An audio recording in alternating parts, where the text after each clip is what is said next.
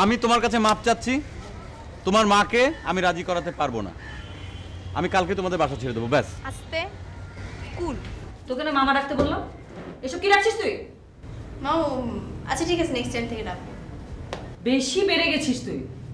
ওনাকে তো মামা মামা লাগে না আমার। ঋতু, ও হ্যাঁ, বসো বসো বসো। এক গনি মিয়া, আমটা নিয়ে আসেন তো। আম কেন আন্টি? আরে খাও, খাও, আমাদের দেশের আম, বুঝেছ, বাগানের। খাও, খুব মিষ্টি। খাও। কে আবার ফোন করলো? বসো, তুমি আম খাও, আমি ফোনটা ধরে আসি। ছাড়।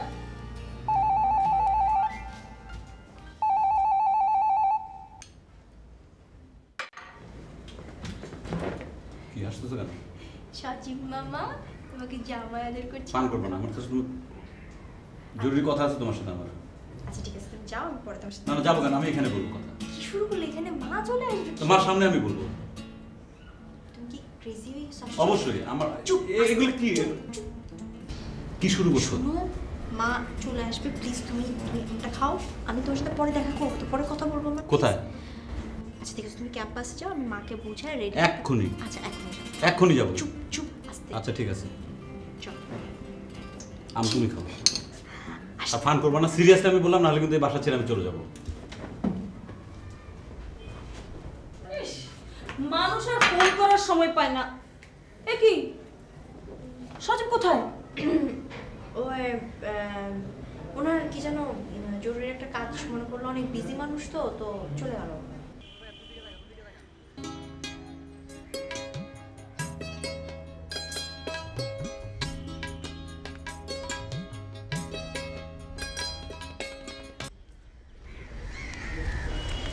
এই তুমি এরকম সিগারেট করলো কেন? বাহ, সিনক্রেট আমি করছি তাই না? আচ্ছা ঠিক আছে, কি বলবো বলো। আমি তোমার কাছে মাপ চাচ্ছি, তোমার মাকে আমি রাজি করাতে পারবো না। আমি কালকে তোমাদের বাসা ছেড়ে দেবো, ব্যাস। আস্তে কুল, কুল হও।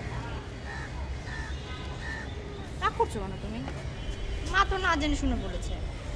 তুমি একটু ধৈর্য ধরো, দেখো আমি একদিন সব বলে দেবো, প্লিজ। তুমি বলবা?